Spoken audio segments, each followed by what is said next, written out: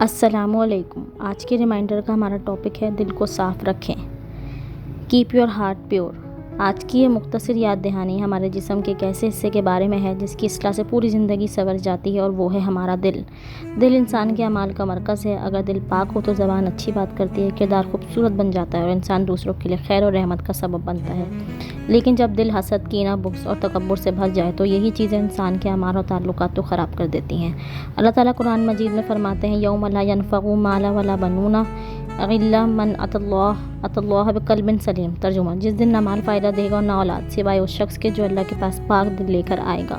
سورہ شعراء آیت نمبر 88-89۔ نبی کریم صلی اللہ علیہ وسلم نے فرمایا، اغلا وغن فی الجسد مضغۃ اذا صلحت صلح الجسد كله واذا فسد الجسد كله اغلا وہی القلب۔ ترجمہ: خبردار، جسم میں ایک ٹکڑا گوشت ایسا ہے کہ جب وہ درست ہو جائے تو پورا جسم درست ہو جاتا ہے، اور جب وہ خراب ہو جائے تو پورا جسم خراب ہو جاتا ہے، اور وہ دل ہے۔ صحیح بخاری، صحیح مسلم۔ آئیے اپنے دل کا جائزہ لیتے ہیں۔ کیا میرے دل میں کسی کے لیے حسد یا کینہ ہے؟